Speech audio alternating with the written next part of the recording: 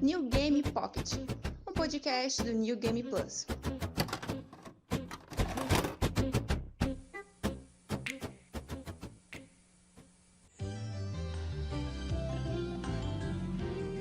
Ajuste agora as cores e o som do seu equipamento. E aí pessoal do NGP, estamos aí em mais um New Game Pocket, uma edição especial nostálgica, em que a gente vai falar de um assunto com cheirinho de naftalina, com cheirinho cheio de prateleira, assim, cheio de fita. A gente vai falar um pouquinho das nossas histórias, da nossa história com as locadoras. Uma coisa que, dependendo da idade de quem está escutando, talvez seja um conceito meio antigo, meio distante. Mas pelo menos pra mim, acho que pra vocês aqui que estão aqui na mesa, seja uma coisa que lembram muito bem. Eu sou Caio Vicentini, eu tô acompanhado do meu colega de crime de sempre, Diogo Fernandes. Olá pessoal, tudo bom? E também temos a presença aqui do Felipe De Martini. E aí, meus queridos? Eu praguejei muito a pessoa que deletava o save do meu Resident Evil 2 no 64, da locadora. Do meu Resident Evil 2, perceba. Tava escrito ali De Martini. Exatamente, na fita. exatamente. O NGP ele é um canal e ele também é um site. E para ele sempre melhorar, a gente sempre poder fazer um conteúdo melhor para vocês, nós temos um sistema de patrocinadores no YouTube, na qual você paga R$ 7,99 e você ajuda o NGP a crescer, a comprar jogos para os novos gameplays, comprar mais equipamentos e muito mais. Se você se tornar um patrocinador, você tem o direito de entrar num grupo exclusivo do Telegram, na qual os patrocinadores conversam comigo, com o De Martini e tudo mais. Você tem o direito de participar de um sorteio, no qual você pode escolher mensalmente o jogo que o De Martini vai jogar lá no canal, além, claro, de participar de sorteio de keys de jogos, de Game Pass e muitas outras coisas. Então, se você gosta do nosso conteúdo, se você quer que o NGP continue crescendo, continue criando coisas muito bacanas para você, por que não se tornar um patrocinador do NGP? Então vamos começar já, dando pontapé. Eu queria na verdade começar conversando com o Diogo, porque teve uma edição passada lá do New Game Pocket que você falou que você tem uma história muito próxima com locadoras. Como é que é isso aí? Sim, cara. Quando eu era bem juvenil, bem garotinho, meu tio resolveu virar um empreendedor e botou uma banquinha, né? Banquinho, e botou umas 4, 5 fitas de Master System, algumas outras ali de Atari ou algum videogame mais antigo assim. Falou, tô alugando. E virou um negócio, porque anos depois, aquela ideia de colocar algumas fitas para poder ser alugadas virou uma locadora assim, relativamente grande no bairro onde a gente morava. E minha mãe entrou também como sócia, né, daquela ideia maluca dele. E foi isso, virou a locadora Salada dos Games. Sempre tem um nome bem horrível. E esse foi o nome genial que eles criaram. E foi uma locadora, cara, que chegava a ter, sei lá, já chegou a ter campeonatos, sabe, patrocinado pela locadora. Ficou uma locadora bem bacana, bem grande, juntava muita gente. E isso era ótimo, cara. E eu despertava o ódio, a ira e inveja de muita criança. Você tinha acesso a tudo de graça, né? Isso era muito massa. Cara, eram todos os consoles ali, era algo do tipo, você pode jogar tudo isso? Eu falei, posso, mas nenhum é meu. Se você quiser levar, você pode. E eu ficava bem puto com isso também. Inclusive eu escondia a fita. Tinha fitas que eu queria jogar do Nintendinho ou Playstation, sabe? Eu lembro que eu escondia a fita de, sei lá, tinha um que eu lembro muito bem, cara, que é o Big Nose The Caveman. É uma fitinha de Nintendinho que eu adorava e nunca parava lá. E eu também já roubava muitas vezes o Resident Evil 2 pra jogar na casa de amigo em galera, sabe? Ninguém tinha coragem de jogar sozinho. Então a gente jogava em galera, então eu pegava, levava e sumia da locadora por, sei lá, uns 3 dias até voltar no final de semana seguinte. E era uma locadora só de fita assim, ou tinha também os consoles pra galera jogar? Tinha os consoles, cara. No final da locadora, assim, né? Quando chegou o PlayStation e deu um puta prejuízo na locadora, do iniciozinho das meia dúzia de fitas numa banquinha e até o final, a gente já tinha, sei lá, umas 6 televisões, assim, num lugar bem mais amplo. Chegou até a ter 3DO, sabe? Era bem bacana, cara. Tinha um Nintendo 64, tinha vários PlayStation, assim, vários não, né? Tinha um PlayStation, tinha um Mega Drive, tinha acho que 2 Super Nintendo, mas tinham vários consoles, sabe? Então, assim, sempre tinha uma rivalidade ali do pessoal que já tinha Mega Drive, alugava Mega Drive, tinha a rivalidade da galera que levava Super Nintendo. E a rivalidade começava ali, onde uma televisão rodava Sonic e outro Mario, e ficavam discutindo e tal. Então era uma época muito boa, cara. Quanto tempo que durou o salada dos games? Cara, eu lembro que durou muito tempo. Eu recordo que quando eu já tava ficando mais adolescente e tal, comecei a ter a ideia de exploração do trabalho infantil, porque eu trabalhava na locadora, né? Chegava alguém lá e eu falava, chega aqui, vamos...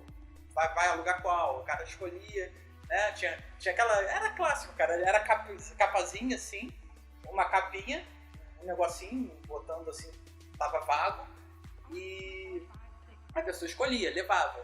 Aí eu preenchi uma ficha, aí depois, mais tarde, a gente começou a botar um computador meio mais ou menos lá, e era tudo na ficha, e eu preenchia tudo. Eu trabalhava na locadora pra minha mãe. Era o preço pra poder jogar tudo de graça.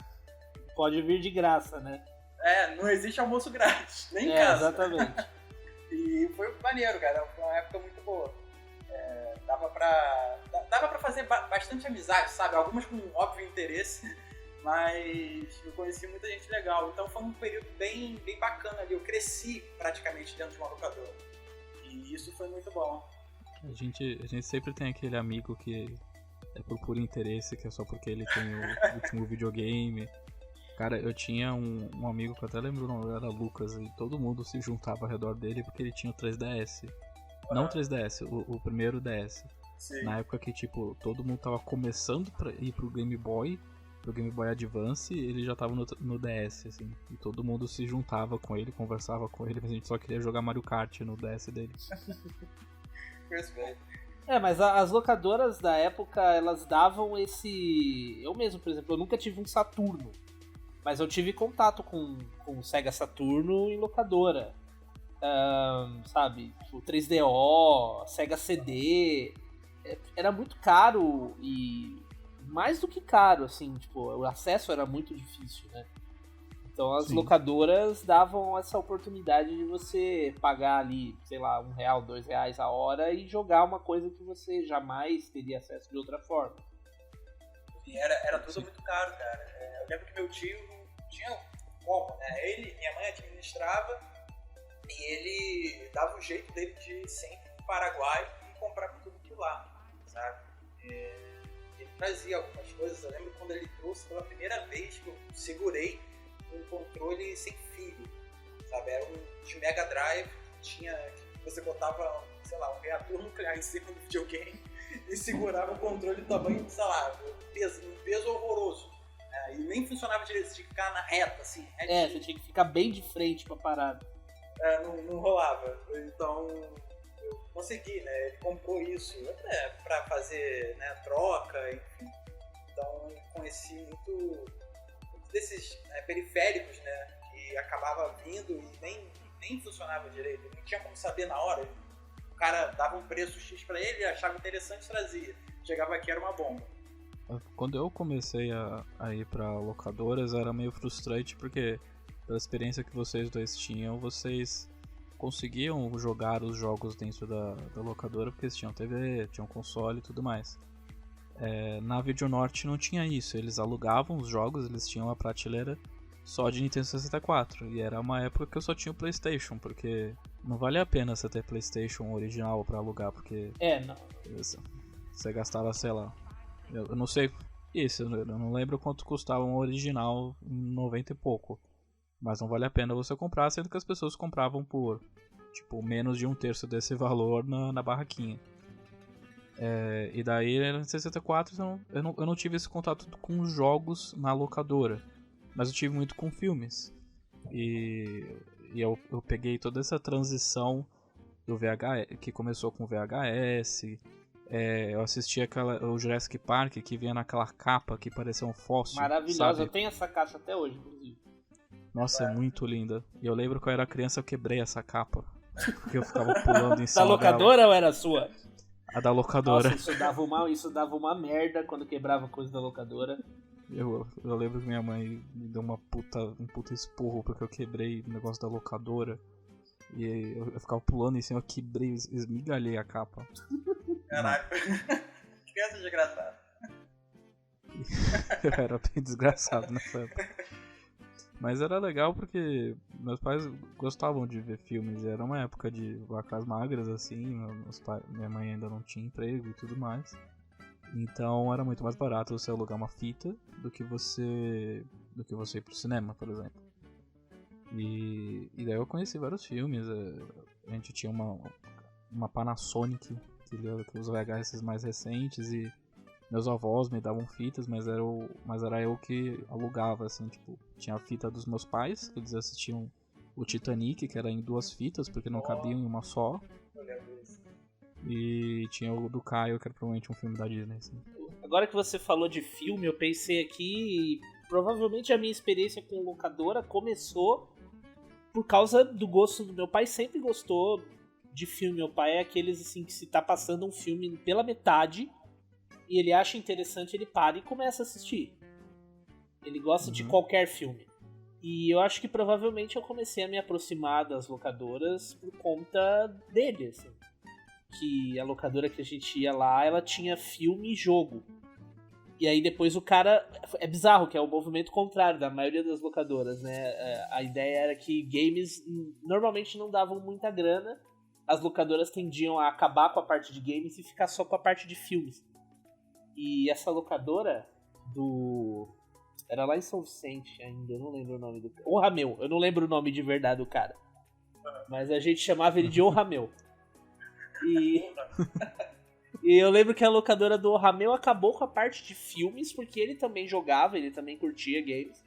Ele acabou com a parte de filmes para poder abrir uma sala para colocar os consoles para as pessoas jogarem, porque antes só tinha os jogos. E foi lá que eu tive o primeiro contato com Neo Geo e 3DO e essas paradas Game Boy. Eu nunca fui muito de console portátil e ele tinha o Game Boy lá também por hora, assim. E era bem massa e, sei lá, muitos dos jogos, assim, que... A gente não conheceria jogos de outra forma se não fossem as locadoras. Sim, com certeza. Mas a gente tá falando muito de locadoras tipo Videonorte. A Videonorte era uma rede. E daí essas que vocês citavam, principalmente o Diogo, que é um projeto familiar, assim, um negócio familiar. Mas vocês chegaram a visitar, por exemplo, a Blockbuster? Sim, a Blockbuster em São Vicente era a locadora que tinha todos os jogos do Nintendo 64, por exemplo. Porque eu fui, como eu sempre gostei muito de jogos, né? Uma locadora acabava e eu logo tinha que achar outra pra continuar pegando os jogos, assim. E aí eu me lembro que nessa época que surgiu a Blockbuster, eu tinha 2 locadoras. Uma onde eu alugava as coisas do PlayStation, ainda na época que a pirataria do PlayStation ainda não era... Assim, não rolava solto ainda. A minha memória pode estar me furtando um pouco, assim, mas eu lembro de ter comprado o meu PlayStation com o Resident Evil 1 original, porque não tinha o jogo pirata ainda. Pelo menos lá em Santos, assim. E eu fui desbloquear o meu console, eu não sei dizer se foi 3 meses depois ou se foi 1 ano depois, mas foi depois. O meu PlayStation originalmente veio bloqueado e só rodava jogo original. Que era o cinza tijolão. O cinza tijolo que eu uso até hoje nas lives, inclusive. E daí eu alugava jogo de PlayStation em uma locadora que só tinha PlayStation e filme. E a Blockbuster tinha os jogos de Nintendo 64. E era caríssimo, eu lembro. E foi lá uma vez, inclusive, que eu esqueci de devolver uma fita. Ela ficou, sei lá, 1 mês e meio na minha casa. Porra, quem nunca? Até que alguém ligou da locadora e falou: vocês estão aí. Não era o Resident Evil 2, pior, antes fosse, né? Que daí você nem devolvia, né? Foda-se. Foda-se. Não, vocês estão com o jogo aí e tal, não sei o que. Aí a gente achou o jogo lá e foi uma merda foda em casa. Muito castigo. Isso aconteceu comigo, mas foi muitas gerações depois.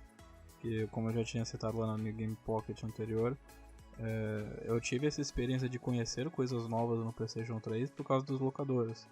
Eu acho que houve um ressurgimento dessa questão dos jogos depois do PlayStation 1 e do PlayStation 2, porque o PlayStation 3 era difícil de piratear.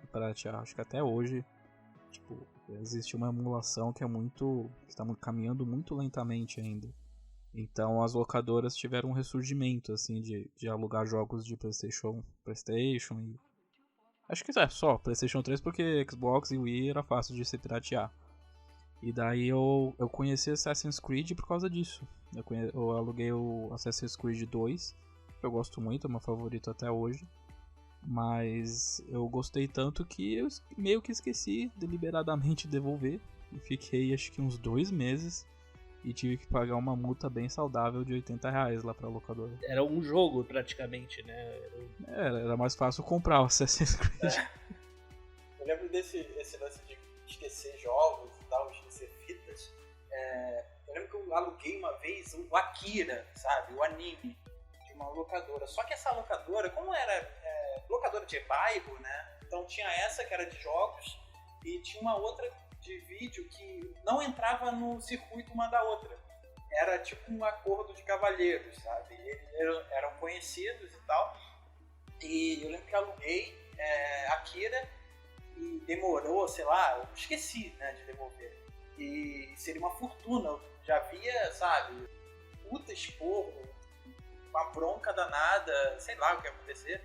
Então eu peguei essa fita e deixei na casa do meu tio, que ele se acertaria lá com o cara, sabe? Poxa, eu aluguei, esqueci lá e tal, e vamos resolver aqui. Porque eu não chegava a alugar diretamente em grandes redes, como Blockbuster e tal. Eu preferia alugar em locadoras de bairro mesmo, porque a novidade, o lançamento sempre chegava nesse cara, né? Que eu até lembro do nome dele, Zé, sabe? Sempre tem um Zé.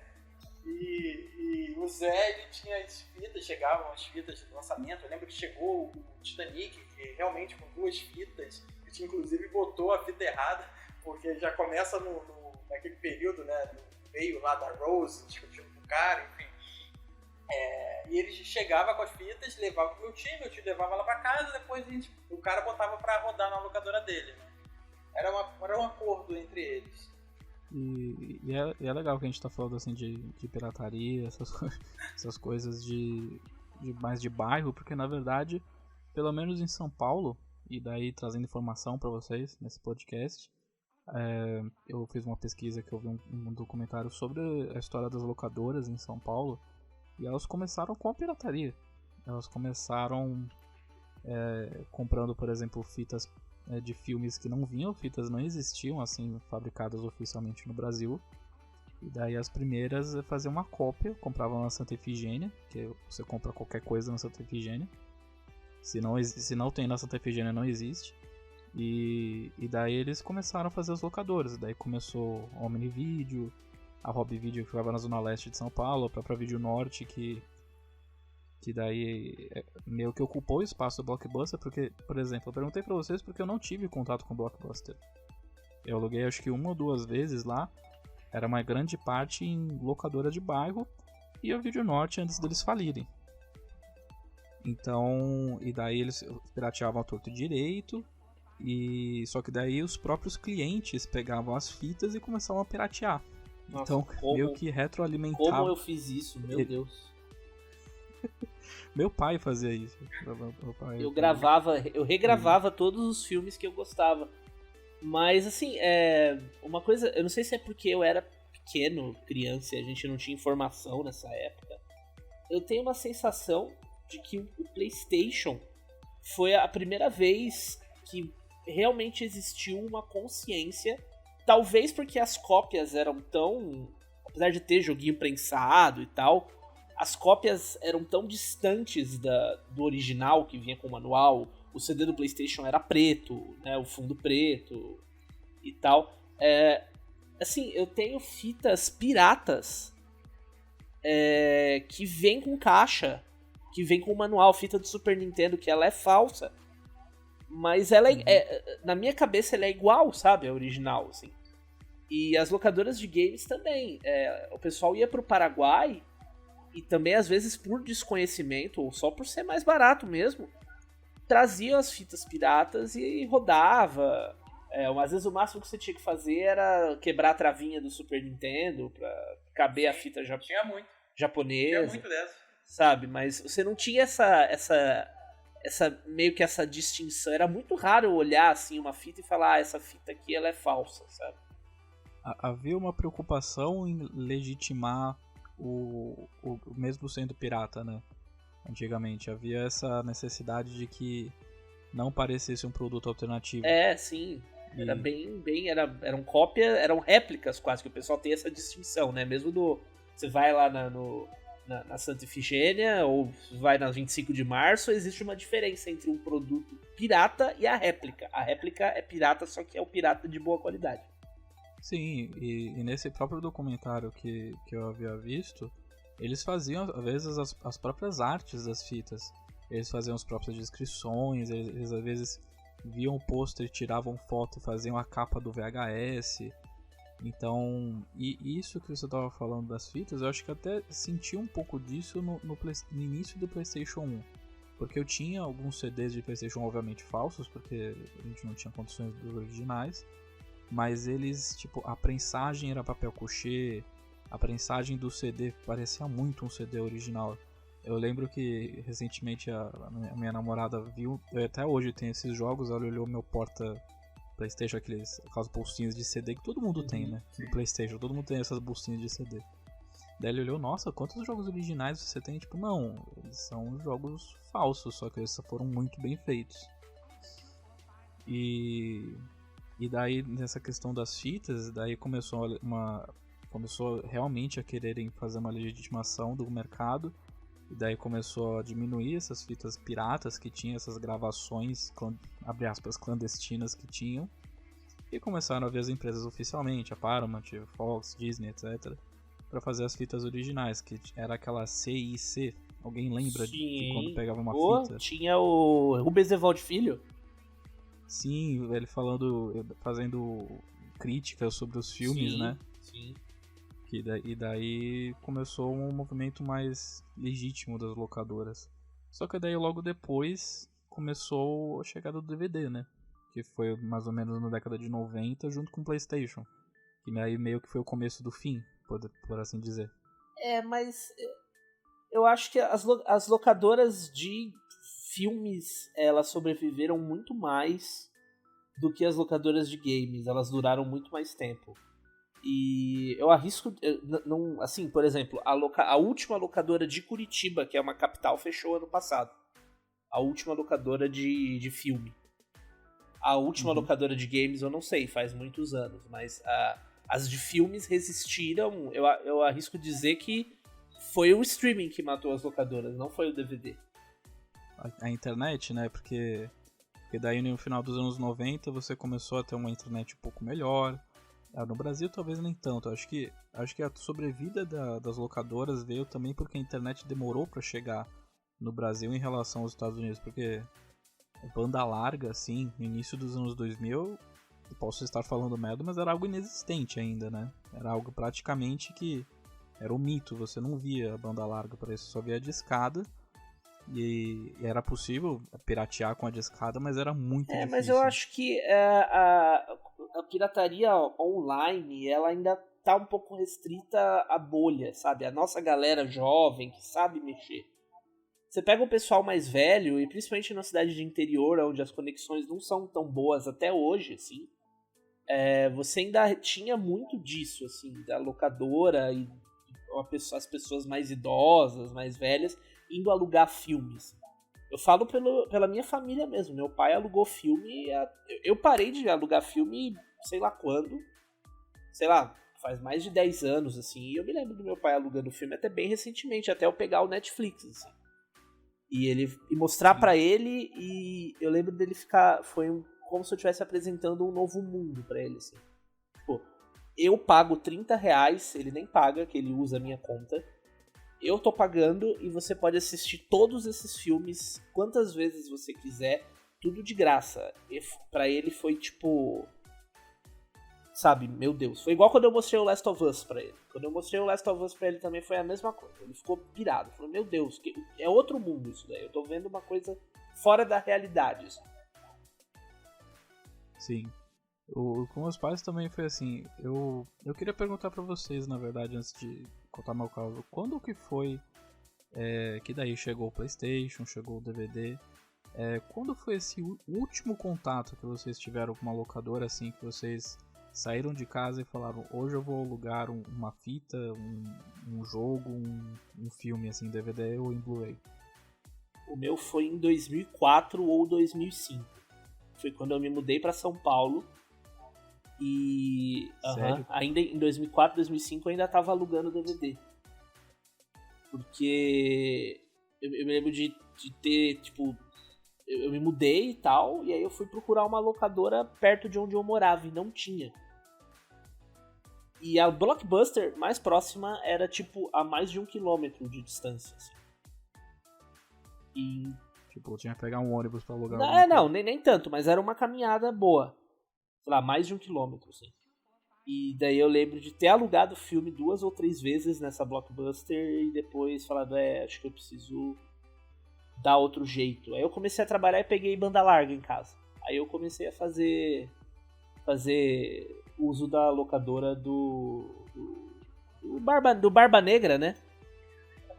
Senhor Barba Negra.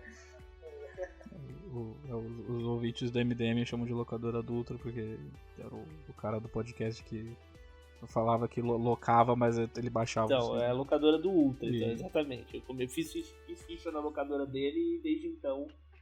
Por aqui, na verdade, eu nunca fui muito de alugar DVDs, assim, depois que, né, o VHS morreu, enfim, o DVD, ele foi muito... O DVD, meu tio comprava todos, sabe? Meu tio sempre foi muito... Gostava muito de ter esse tipo... Gostava de estar envolvido nesse mundo, sabe?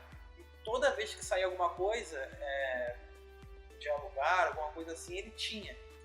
Então eu ia lá e pegava, sabe? Então, nesse sentido de locadora, ele era uma locadora ambulante. Até hoje ele compra Blu-ray, sabe? Como pra estocar, alguma coisa assim. Ele tem Blu-ray repetido. É um vício que o cara tem de colecionar. Então, sempre que a gente precisava de alguma coisa assim, a família aqui da gente, né? Ia nele e pegava. Até chegou uma vez que ele teve que se desfazer de um baita... assim, caixas e caixas de DVD, porque não cabia mais. Ele teve que vender, enfim. Mas até hoje ele até hoje ele compra, sabe? Rola de comprar, e aí chegou a banda larga, né? A gente passou a alugar no Barba Negra, então facilitou, né, de uma certa forma. Mas ele ainda tá lá, firme, ele já tem uma idade, enfim. E até hoje ele compra. Ele prefere comprar, mesmo sabendo baixar, fazendo tudo direitinho, é o vício que ele tem. Então, enquanto todo mundo andou pra Netflix, pra pirataria, enfim, e ele continua lá comprando. Eu acho isso muito legal, de ter esse colecionismo, né? Tem gente que compra Blu-ray ainda. Não vejo muita utilidade. Eu acho que é mais trabalhoso você chegar, levantar, abrir a capa, botar o Blu-ray num aparelho e assistir do que clicar ali na Netflix e assistir o que você quer. Não, sem dúvida. Eu tenho muito DVD aqui, inclusive eu vou também fazer uma lista deles em breve pra liberar espaço aqui. E é a mesma coisa, eu chego a, tipo, alugar o Barba Negra, filmes que eu tenho ali na sala. Porque é mais fácil, sabe? A qualidade é melhor também. Eu tenho uma TV grande na sala, então se eu pego um DVD, a qualidade não é também das melhores, né? E o Blu-ray, ele já é um pouco mais caro, eu não tenho tantos assim. Então, a comodidade, eu acho que, mesmo você tendo que às vezes ter um torrent e baixar o torrent, e aí pegar um negócio para passar na TV, ainda eu aeu tenho que pegar o aparelho de DVD que tá socado não sei onde, sabe? Então dá na mesma. Parece que o processo de baixar, de procurar a legenda, é uma coisa mais... quase natural, não é trabalhoso, sabe? Parece que levantar, pegar, caçar o DVD e botar ali dentro é mais trabalhoso, né? A gente se mexe mais. Porque acho que você faz tudo sentado no mesmo dispositivo, né? Então, sim, talvez tenha a ver com isso, assim, sei lá. Ou é só o costume que a gente vive na internet, então não dá pra saber, assim. Eu entendo o lado do seu tio, você disse, Diogo? Isso. Eu entendo o lado do seu tio porque eu acho que Blu-ray e DVD, eles deixaram de ser, porque ainda existe DVD, né? Tipo, eu acho muito estranho quando eu vou, tipo, na Americanas e vejo DVD vendendo. Mas eu acho que tem um caráter mais de colecionador agora, realmente, não é uma coisa que, nossa, eu vou comprar um DVD pra minha sobrinha que vai fazer 10 anos. Tipo, não, isso não existe. Eu acho que agora quem compra essas mídias de filmes são pessoas entusiastas, assim. Ou algo que você gosta muito. Por exemplo, eu tenho uma edição especial do Círculo de Fogo que a Jéssica me deu, que é linda, assim, ela tem o formato do robô. Sabe esse filme do Guilherme Del Toro? Sim, sim. E daí ele tem o formato do Gypsy Danger, a capa. Tipo, é linda essa capa. Então, e você vê outras edições especiais de Blu-ray hoje em dia. Você tem o do Blade Runner, que tem o formato da arma do personagem do Ryan Gosling. Você tem aquelas... Sempre vai ter aqui relançamento de todos os filmes do 007, que inclui o último filme. Então, acho que deixou de ser uma coisa que você compra, assim, porque você compra um livro, assim, whatever, mas é um caráter de colecionismo, sabe? Eu acho que o mercado entende agora que não é todo mundo que compra. É só quem realmente gosta da mídia em específico, ou quem gosta especificamente da franquia, sabe? Eu lembro que eu tinha vontade absurda, e ainda tem, de comprar os Blu-rays de Lost na época, né? Eu era maluco na época que saía e, apesar dos pesares, eu gostaria de ter, assim, só pra, sabe, manter ali e lembrar de uma época. E também de Arquivo X.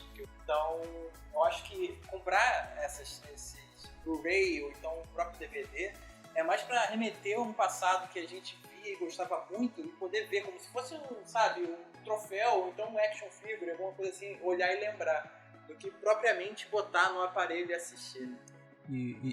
Aliás, eu nem falei, mas a minha transição pra locadora do Ultra foi muito tardia. Porque o DeMartini falou que ele fez isso em 2004. Mas só fazer uma correção, eu lembrei aqui que na verdade deve ter sido em 2006 ou 2007. Na verdade, assim, essa transição eu fiz em 2004, quando eu me liguei que a locadora era muito longe e preciso dar um outro jeito. Mas em 2006 ou 2007, eu tava na cidade de Quedas do Iguaçu, interiorzaço do Paraná. Assim, aquela cidade que tem 15 habitantes.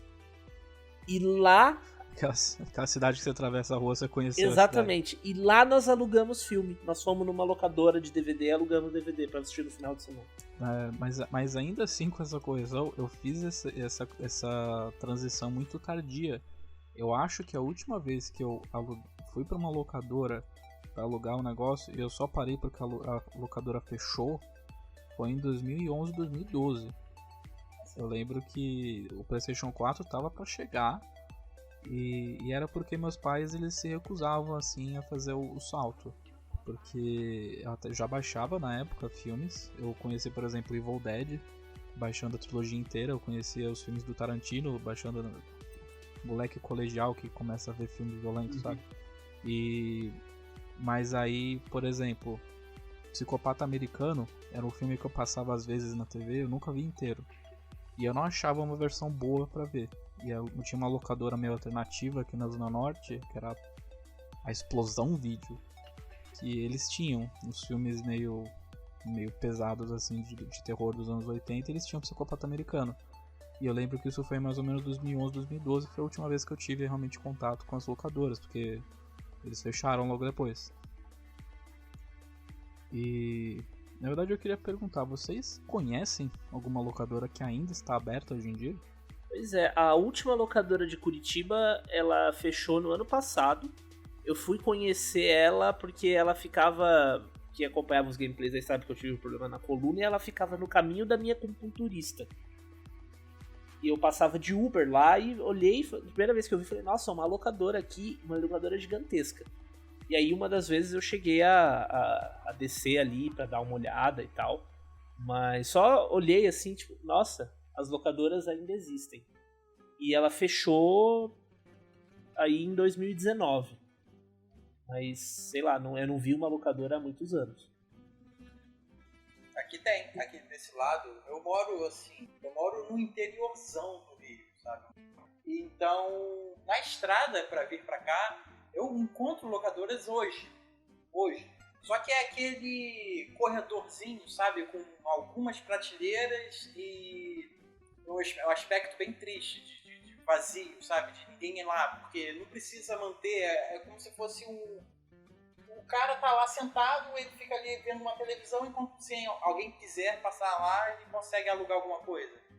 É um hobby, né? Quase um hobby. É né? um hobby, mas do jeito que a gente lembra de ser sabe, um estabelecimento comercial e tal, não, eu nunca mais vi. Só essas bem pequenininhas mesmo, que estão ali só por estar, e já vi uma também de videogame recentemente, mas, assim, era o mesmo estilo, o cara tava lá, sabe, lendo um jornal enquanto tinha jogos ali pra quem quiser pegar. Acho que, assim, eu acho que pra cá, pra esse lado do Rio, quanto mais a gente vai pro centro, né, morreram mesmo. Eu não vi, a não ser quem se baseia na nostalgia e gosta disso. Lá no centro da cidade, no centro do Rio de Janeiro, tem uma loja que vende DVDs e ela vive cheia, sabe? É um lugar do pessoal que vai lá para colecionar e para quem gosta disso. E para quem também tem uma locadorazinha e quer alimentar esse hobby que ele tem de ainda manter uma locadora ativa. Mas, sei lá, parece que não tem muito brilho, sabe? O que eu vejo, pelo menos aqui na Zona Norte de São Paulo, é que as locadoras elas não deixam de existir, mas elas meio que vão sendo anexadas a outra coisa. Vale lembrar que a gente falou do Blockbuster, a Lojas Americanas comprou o conglomerado brasileiro que representava a Blockbuster. Então até hoje, por exemplo, tem 2 lojas americanas aqui perto da minha casa. E você vê o logo ainda da Blockbuster onde eles vendem os DVDs. E isso meio que virou isso, né? A Blockbuster virou meio que a seção de meio esquecida no fundo de umas lojas americanas vendendo DVD do Al Pacino a R$2. E uma das primeiras coisas que a Americanas fez quando ela comprou a Blockbuster foi primeiro esconder a parte de locação e depois acabar com ela, né? Sim, porque teve uma época que a locação ainda existia, né? Mas daí depois virou venda. Sim. Eles meio que jogaram lá pro fundo e aí depois meio que acabaram, assim, porque começou a ficar desorganizado, começou a ficar bem ruim. Assim. Porque uma loja e ao mesmo tempo uma locadora meio que não dá certo, né? Exatamente. Mas tem um lugar que é muito engraçado, que eu fico muito feliz que ainda exista, que é a Podium.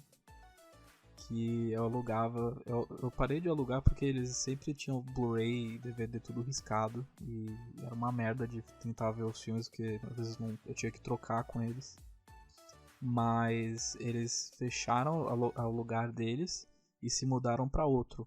E ao invés deles apenas continuarem sendo uma locadora, eles viraram uma loja de suplemento. Nossa. E eles mantêm a parte da locadora. Meu Deus! Então se você quiser muito ver Homem de Ferro 2, mas também quiser comprar seu Whey Protein, pode locadora. Virar o Hulk. Virar o Hulk. Se você quer virar o Hulk, assista o Hulk e se exercite com as coisas da Podium. Você falou disso de transição e tal, uma coisa que não pegou muito no Brasil, não sei se vocês vão lembrar, eram as locadoras online. No estilo da Netflix antes de ser streaming. Pra quem não manja, tipo, a Netflix antes dela lançar a operação online, que todo mundo conhece hoje, né? O streaming e tal, a Netflix era uma locadora de DVD e Blu-ray. Você entrava no site, tinha lá o catálogo, você escolhia, os DVDs eram entregues na sua casa. E aí quando você queria, você fazia um plano assim de alugar, eu quero alugar 5, sei lá, tô chutando. 5 filmes por mês. Então você tinha direito a 5 filmes, você pagava lá, sei lá, R$50. E aí você pegava 2, e aí depois devolvia, pegava mais 2. E assim ia, assim. E no Brasil teve a Netmovies. Eu acho que eu lembro vagamente. Eu não sei nem de quem era. A Netflix não chegou a atuar dessa forma no Brasil, assim. Mas eu lembro da Netmovies que eu cogitei assinar e depois falei, que bobagem. Sim, e vale lembrar, né, você já mencionou do Netflix, mas era possível assistir Netflix no PlayStation 2 com um DVD especial da Netflix que você colocava dentro do console e conectava na internet. E ele funcionava mais ou menos como o Netflix que a gente No Wii conhece. também era assim, eles inclusive pararam de mandar esses discos há uns 2 anos atrás só. Assim. Sim, eu acho que eu lembro de usar a Netflix no Wii do meu tio. Era um negócio muito pré-histórico, assim. E tem versão de DS, de 3DS, tipo... Imagina o Martin Scorsese vendo você assistindo Irishman num 3DS. Tem gente que faz isso. Ah, com Sim, certeza. acho que eu vi uma vez. Vendo o irlandês tal qual o Scorsese orientou. Da maneira que ele desejava. Mas aí eu parei de alugar, na Podium quando eles começaram a vender Whey Protein. E daí eu comecei com Netflix. Eu fui o que chamam, sei lá, de early adopter do Netflix, porque eu tinha um amigo que começou a ver no colegial, daí eu assinei. O Netflix começou lá por 2013 aqui no Brasil, né? Acho que sim. Não. Antes, porque se eu tava no colegial, era 2011, 2012. Eu lembro que eu tava, deixa eu ver aqui, eu tava no Baixa Aqui. 5 de setembro de 2011. Netflix chega ao Brasil por R$15 ao mês. Sonho distante, hein? Puta que pariu. Caraca, parece 15 anos. ontem, mano. 2011. Eu não lembro disso, de ser tão longo assim. Setembro de 2011, eu lembro que a Netflix chegou com algumas coisas que eram só dubladas, algumas coisas não tinham legenda em português e algumas coisas não tinham qualidade em HD. Sim, era bem Velho Oeste. Era bem zoado. Precário. E a biblioteca de filmes, tipo, a galera reclamando, nossa, por que vocês não colocaram a nova temporada de Riverdale que passou ontem? Cara, só tinha filmes antigos no Netflix no início. Tipo, raras exceções, um filme de 6 anos atrás, alguma coisa assim. Era só de 2012, 2013 que eles começaram a engrenar, começou a passar séries originais, que nem o House of Cards, o Orange is the New Black. E quando eles colocaram, por exemplo, o Breaking Bad inteiro no Netflix em antecipação à última temporada. Que daí sim eu comecei a usar mais o Netflix. Porque eu só mantinha o Netflix antes de Breaking Bad porque era muito barato. E porque, sei lá, nossa, não tem nada na locadora, a Podium riscou todos os DVDs, então vamos ver alguma coisa no Netflix. Tipo, não valia a pena no início ainda pra gente lá nessa época. Não, e era muito zoneado o catálogo da Netflix no começo. Não só tinha muitas coisas antigas, inclusive pra quem é um entusiasta dos filmes da Sessão da Tarde, filmes trashes de terror, a Netflix na estreia era maravilhoso. Tinha Power Rangers completo. O Mighty Morphin. E ao mesmo tempo em que tinha Mighty Morphin Power Rangers completo, você tinha séries, eu não vou me lembrar qual, mas você tinha séries assim que tinha a primeira temporada, a quinta e a sexta. Não tinha o miolo. Não tinha a segunda, terceira e quarta temporada. A Friends eles tinham da primeira à quinta e depois de um tempo eles anunciaram uma grande novidade. Agora a gente só vai ter da sexta a décima. Tipo, sabe? Eu lembro que o Doctor Who foi assim, na real. Tipo, tinha... Tipo, mas aí o Doctor Who era incompleto, assim. Tinha, sei lá, da primeira à quarta temporada.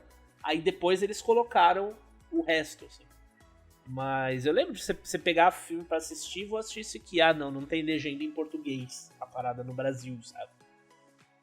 Aí depois regularizou e aí deu tudo certo. Uma coisa que rola na Netflix que eu não lembro de acontecer na época das locadoras é quando a gente abre a Netflix, você fica zapeando ali, vai de um filme pro outro e acaba, sei lá, passando 40 minutos escolhendo um filme e não acaba não vendo nada. Na locadora, mesmo quando na locadora familiar, quando eu ia, eu sabia que eu não tinha nenhum filme específico, mas uma hora ou outra eu pegava um rapidinho pra ver. Vocês eram assim? Era rápido a escolha? Era rápida. Eu acho que uma coisa que sempre me ajudou foi eu sempre fui rato de locadora, né? Sempre frequentei muito. Então, eu era aquele cara que chegava na locadora, tanto pra jogos quanto pra filmes, e perguntava assim, o que chegou de novo aí? Aí a pessoa falava tal, tal, tal e tal. Aí eu, tá, quero esse.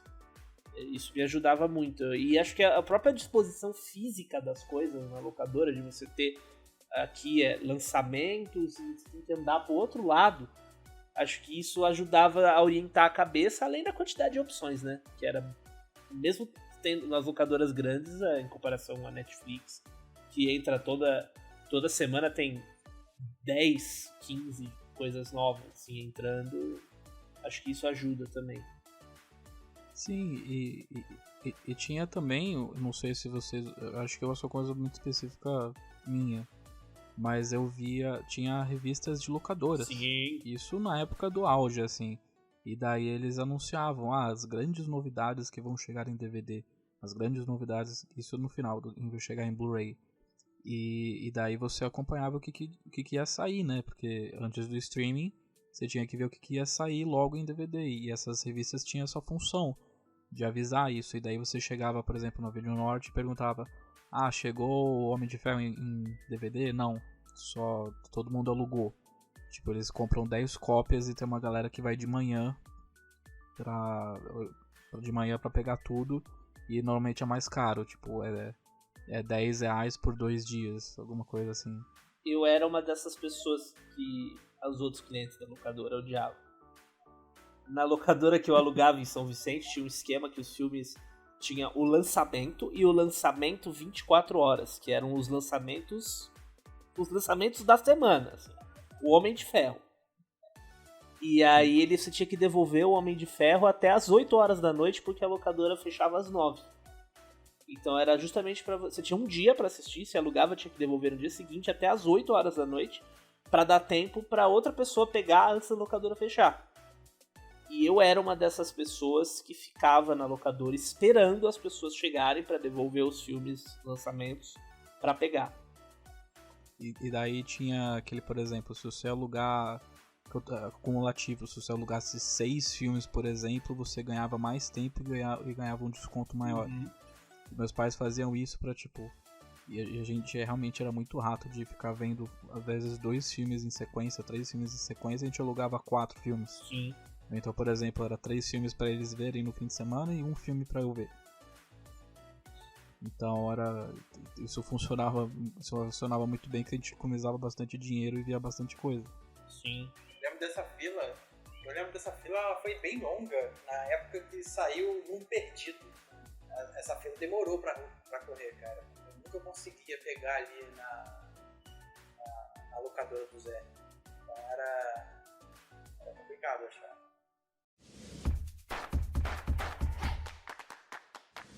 Obviamente, locadora é um negócio que praticamente morreu. Você vê aqui e acolá alguma locadora, mas é muito baseado nas condições externas do lugar para eles existirem. Tipo, como um negócio viável assim que pode existir por conta própria, acho que simplesmente não dá. Com a existência de Netflix, da locadora do Ultra, da Amazon Prime, a Disney Plus que tá vindo, tipo, tá criando toda uma bolha em que você vai gastar muito dinheiro com serviços de streaming para você ter todas as opções e simplesmente não tem um espaço para as locadoras nesse cenário atual. Mas uma outra coisa que eu sinto com vocês dois falando, que ao mesmo tempo que as locadoras morreram, você também teve a morte talvez dos fliperamas. Também? Mas eu acho que isso foi um pouco antes. Sim, mas meio que pelos mesmos fatores, né? O negócio, eu acho que sim, mas os consoles acho que alcançaram os fliperamas, talvez, sabe? Eu lembro que isso era uma coisa que me incomodava muito quando eu era criança. Eu sempre fui muito fã de Tartarugas Ninja. E eu acho, até hoje, um dos beat'em ups mais incríveis já lançados é o Tartarugas Ninja, o Turtles Arcade Game, do fliperama. E eu lembro que tinha uma versão pro Super Nintendo e ela era tão diferente, era muito boa, mas era, sabe, tão diferente, tão mais simplória, que você tinha essa coisa existem jogos que você só vai jogar no fliperama, você não vai ter ele em casa. Isso, os consoles demoraram muito, assim. Eu fui ver um jogo das Tartarugas Ninja no mesmo nível do fliperama no Super Nintendo. E aí eu acho que com o PlayStation, quando a coisa realmente engrenou, os jogos viraram 3D e começaram a ter 1000 coisas, aí eu sinto que o fliperama começou a dar aquela baixa, assim. E no Brasil, principalmente, né? Porque você podia ter um console em casa e comprar jogos pelo preço da ficha. Só que o jogo era seu. Então, isso também acho que foi um fator, além do fato, né, de serem ambientes complicados para crianças e a lei também ter dificultado a vida um pouco.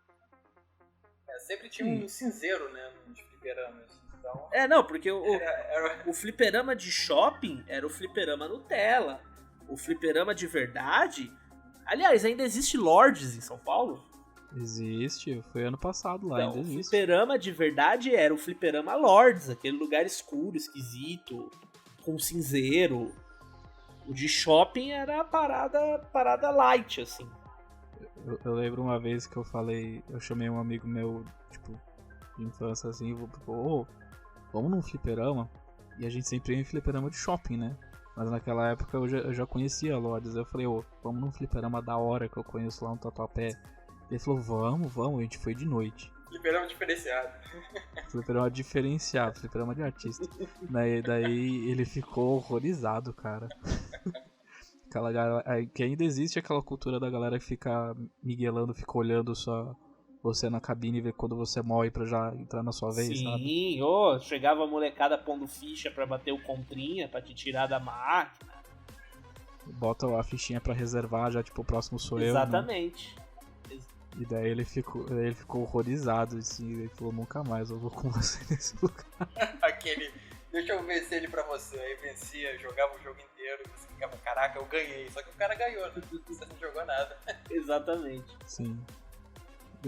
Mas eu fico feliz que pelo menos o fliperama é uma coisa que ainda existe, é uma coisa meio de nicho, mas não é tão decadente, né? Eu acho que pode falar que locador é uma coisa meio decadente hoje em dia. Ah, sem dúvida. Em comparação. Locador é aquele lugar que você sabe que se ainda não acabou, inevitavelmente logo mais vai terminar. Assim, porque eu acho que, como você falou, não é mais um modelo viável de negócio. Sim, com certeza. Gente, eu queria perguntar pra vocês, eu falei o quanto me influenciou essa questão das locadoras pra eu conseguir ter esse acesso a jogos de PlayStation 3, numa época meio complicada da minha família. Mas eu queria saber de vocês, o quão assim, o seu gosto por filmes, o seu gosto por jogos, vocês comentaram um pouco do gosto por jogos, mas o quanto o gosto por filmes foi influenciado por causa de locadoras? Porque, por exemplo, o meu gosto por filmes de terror hoje em dia, eu nunca vou esquecer quando eu vi Massacre da Serra Elétrica em VHS. Caraca. Que daí ele tinha um aviso, tipo, pessoas cardíacas não assistam esse filme. E eu fiquei, caralho, esse bicho é brabo mesmo, hein? Cara, eu lembro disso. O terror, ele ficou muito marcado nas locadoras, né? Eu lembro claramente disso. Vocês lembram daquele filme A Bolha Assassina? Pô, claro. Lembro. Então, eu lembro que na locadora tinha uma sessão, né, só de filmes de terror, e essa era uma capa rosa, sabe, brilhante, assim, era a capa mais bonita ali dos filmes de terror, e eu peguei achando que, cara, é um filme de terror, mas olha essa capa que bonita, e isso me levou a conhecer os outros filmes de terror que estavam ali, né, então, por uma capa que eu peguei, assim, fiquei procurando nessa sessão, eu tenho, não é trauma não, mas eu nunca mais esqueci dessa capa e desse filme, cara, que se chama, olha o nome, O Rato Humano. Era um homem, assim, eu acho que é o menor homem do mundo, sei lá, e ele fantasiado de rato, sabe, só que não é Mickey, o cara com os dentes assim pra fora, e a capa é horrorosa, cara, assim, é grotesca, e obviamente eu peguei o filme pra alugar. E foi ver com galera, né? Que já de criança quando é terror, é ver com galera. Então, e foi o filme daqueles, né? Tem no YouTube aí inteiro, qualidade horrível também, mas... Nossa, eu lembro disso, que as capas me levaram a ver filmes de terror cada vez mais trash, e Bolha Assassina começou e o Rato Humano foi o trauma. Eu tô vendo a capa do Rato Humano e tem o slogan é maravilhoso. Ele existe, mata e destrói. E aí, O final é horroroso. e aí tem uma advertência. Aconselha-se ao público impressionado não alugar esta fita. Cara, é desgraçada. É desgraçada a capa. Pra criança, olhar aquilo e cara, foi um trauma. Eu, inclusive, estou indo na... Como é que é? A locadora do Ultra? Estou indo na locadora do Ultra agora alocar o Rato Humano. Trechão. Mas e você, Martinho? Eu acho que com certeza, de filmes, com certeza, principalmente coisas antigas de antes de eu nascer e coisas assim. Porque, como eu falei, o meu pai sempre gostou muito de filme, então ele me apresentava muita coisa, eu via muito filme com ele, né? Meu pai era o tipo do cara que, assim, me levou pra assistir Star Wars no cinema quando estrearam as edições especiais lá em 97, eu tinha 11 anos, ele me levou assim, não, eu quero que você assista esse filme porque eu acho que você vai gostar desse filme, né? E estamos aí até hoje sofrendo por causa do Star Wars. Mas tinha uma coisa na locadora que eu ia, que era a Azteca Video, lá em São Vicente, que era assim, quando você alugava 2 filmes de lançamento, você tinha direito a alugar um filme especial. O especial era uma seção que era abaixo do catálogo. Eram os filmes... Abaixo. Era tipo... Porque você tinha, a graduação era de acordo com data de lançamento, né? Então lá tinha o lançamento, o catálogo, e abaixo do catálogo era o especial. Eram os filmes muito velhos. Então eu comecei a assistir coisas como Massacre da Serra Elétrica, Bolha Assassina, Geladeira Assassina, todos os filmes do 007...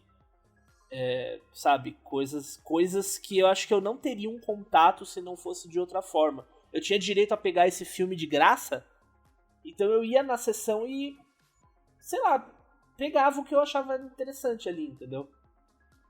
E eu acabei tendo contato com muitas coisas bem velhas, bem antigas, às vezes clássicos, às vezes trash. O próprio Evil Dead foi assim, dessa forma, assim. Acho que totalmente moldou. E locadora de game mudou minha vida, né? Eu já contei essa história mais de uma vez, assim, sobre como eu conheci Resident Evil numa locadora de game. Inclusive, quando eu voltar a Uberaba, eu vou fazer um vídeo lá no lugar, que não é mais uma locadora, mas eu vou lá no lugar gravar lá, tipo, foi aqui que tudo começou, e etc. Dá muito pano pra manga nisso, né? Tipo, não foi tão antigo, mas realmente locadoras também moldaram muito meu gosto por filmes e jogos. Tipo, eu já falei lá no Game Pocket, eu só conheci Mass Effect por causa de locadoras. E tipo, já faz 10 anos isso, e filmes, jogos, dando minha contribuição pros filmes trash, eu vi Palhaços Assassinos do Espaço Sideral em VHS, nas locadoras, a capa era maravilhosa. Não sei, vocês viram já esse filme? Eu tô procurando ele aqui agora. Como é que é? Palhaços Assassinos do Espaço Sideral. Nossa, eu lembro dessa capa. Que os palhaços, eles amarravam as pessoas em algodão doce e elas, tipo, eram corroídas pelo algodão doce. Eles tinham aquelas caixas que você gira com a manivela e daí um homem chega perto dessa caixa e dá um soco no queixo dele, a cabeça dele sai voando. É muito trash esse filme. Eu não assisti esse filme, mas eu me lembro dele, assim. Ele tem uma música tema muito legal. Pô, acaba a cara do Twisted Metal, né, cara? Sim. Eu acho que isso abriu portas pra eu gostar de filmes de terror, mas o filme de terror trash, sabe? Evil Dead, por exemplo, que nem o Dema, o 2 é um dos meus filmes favoritos.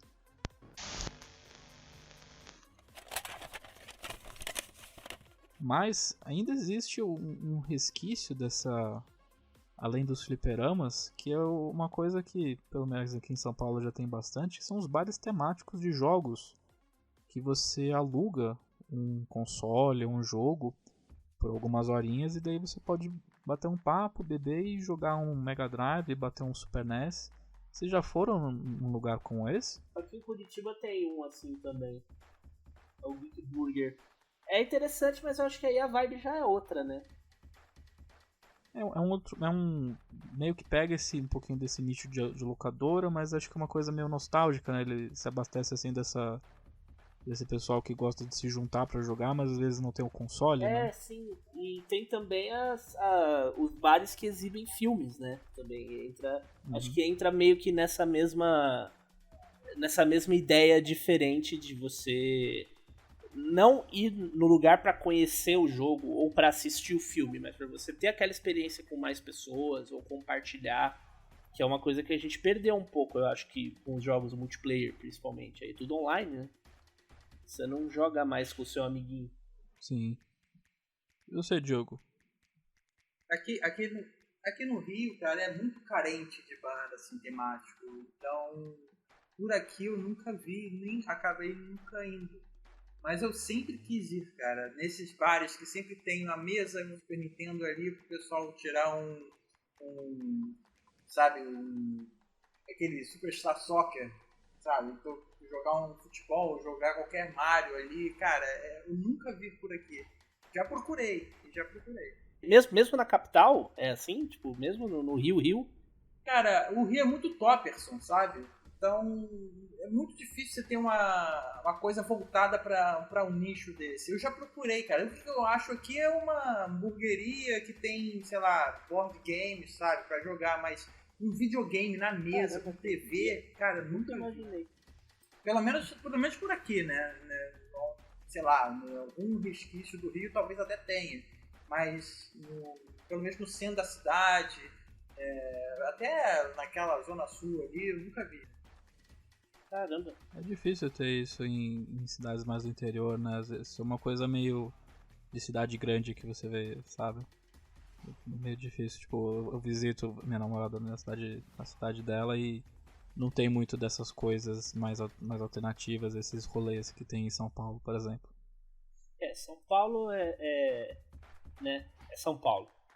Curitiba importa muitas ideias de São Paulo, principalmente estabelecimentos. Assim, os caras vão pra São Paulo, olham, acham legal e abre aqui. Assim, às vezes dá certo, às vezes não dá. Mas tem alguma coisa tem, assim.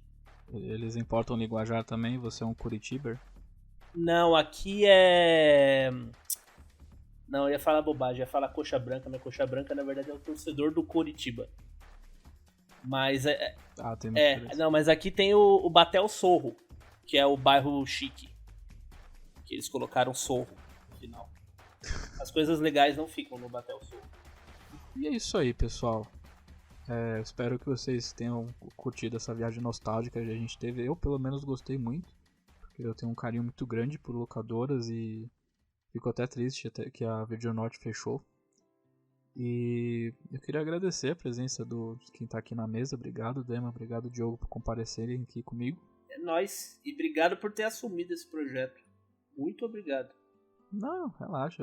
Eu gosto disso. Eu gosto desse projeto e temos muita coisa pela frente ainda.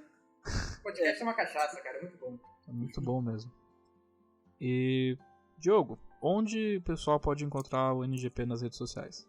Então, pessoal, o NGP você consegue encontrar no Facebook. Você digita lá, facebook.com/ngameplus. Estamos também lá no Twitter. Você consegue nos achar no twitter.com/, ou então @ né, ngameplus. Estamos também lá no YouTube. Lá temos live, gameplays todo dia. Torne-se um patrocinador. Estamos lá no youtube.com/ngameplus. Tudo bonitinho, só ir lá. É isso aí, pessoal. Muito obrigado pela audiência. Fiquem bem e até a próxima. Tchau, falou!